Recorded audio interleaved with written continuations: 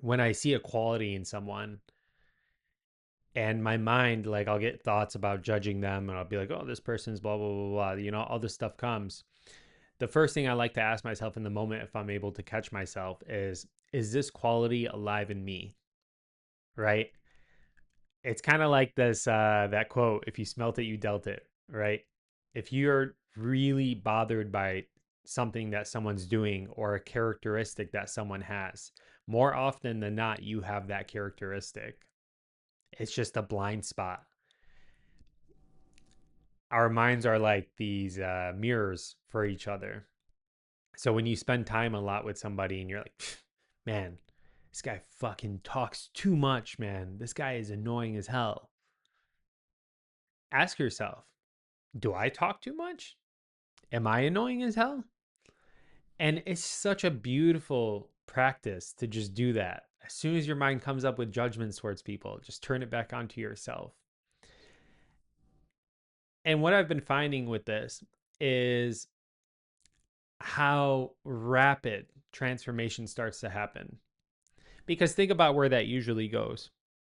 You'll identify a quality in somebody, you judge them, you start building an image of them, and now all of a sudden you have this whole narrative in your head.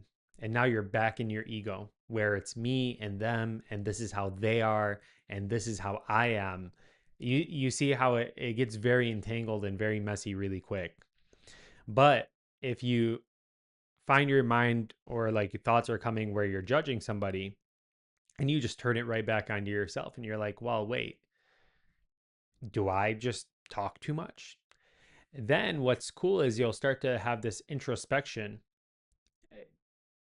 It doesn't have to be like obsessive. If it starts getting obsessive, just drop it. Most likely your mind's kind of taking that and run with it. But just quietly, if you start to introspect and you're like, wow, I noticed that this happened, I do the same thing. And what I've been finding when I've been doing this is like I'm naturally been like softening, right? I've been starting to feel more relaxed in myself and more allowing and less judgmental, because judgment in itself, it really restricts you more than anyone. Because if you're busy judging someone all the time or judging people, then you're putting the same limitations on yourself.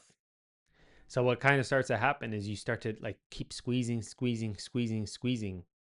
And then maybe one day you wake up and you look around and you're like, I'm not happy at all. And it's because you've been squeezing yourself all these years into this restricted shape. But what's cool is when you start to soften around judgment as it arises in your mind. I mean, dude, listen, judgmental thoughts are going to come up in your head all the time. They come up in mine, they come up in everybody's, even like a big guru. But the difference is the way you react to these thoughts. Do you identify with them? Do you play with them? Do you believe them? Do you energize them?